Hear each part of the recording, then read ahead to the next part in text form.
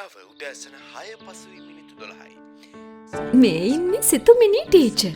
එයා උදේම මේ ඉස්කෝලේට යන ගමන් බස් එකේ නම් පැයක විතර දුරක් යන්න ඕනේ. සමහර දවස්වලට නම් ඉඳ ගන්නවත් නැහැ.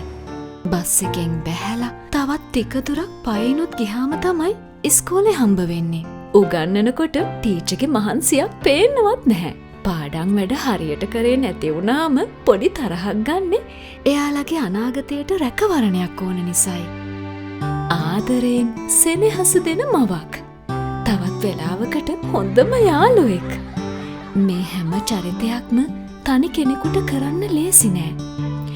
එවන් කෙනෙකුගේ ළඟින්ම ඉඳන් අවුවට වැස්සට රැකවරණයක් වෙන්න ලැබෙන එක මට ලොකු ආඩම්බරයක්.